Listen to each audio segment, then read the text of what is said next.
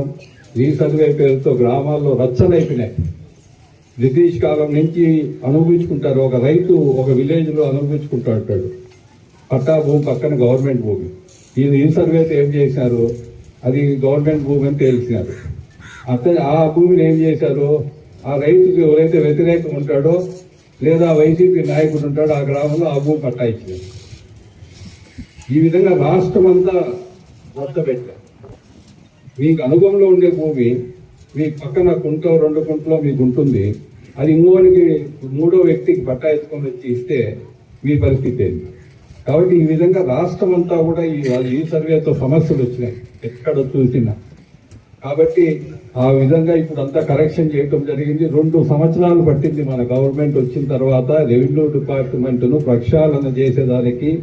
ముఖ్యమంత్రి గారు ఆయనే పోతున్నాడు పాస్బుక్లు ఇచ్చే మీటింగులకు. అన్ని తప్పులు ఉన్నాయి ఈ రీసర్వేతో. రీసర్వే తప్పని చెప్పాల, చేసే పద్ధతి. నా భూమి మీ పేరుతో పడిపోయింది, మీ భూమి ఇంకో పేరుతో పడిపోయింది.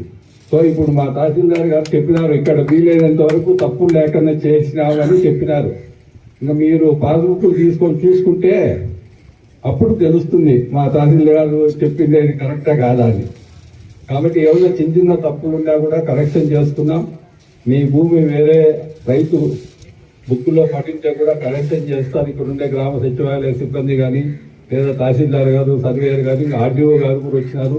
ఇప్పుడు ముఖ్యమంత్రి గారు కూడా చాలా అధికారాలన్నీ కూడా ఆర్డీఓ గారికి ఇచ్చేస్తున్నారు. ఎక్కువ జేసీ గారి దగ్గరికి, కలెక్టర్ దగ్గరికి పోకన్నా మనకు ఆర్డీఓ గారికి అధికారాలు చిన్నవన్నీ ఆమె లెవెల్లోనే చేసే పరిస్థితి వచ్చిందంటే అప్పుడు మీరు ఎక్కువ పోయే పని లేదు.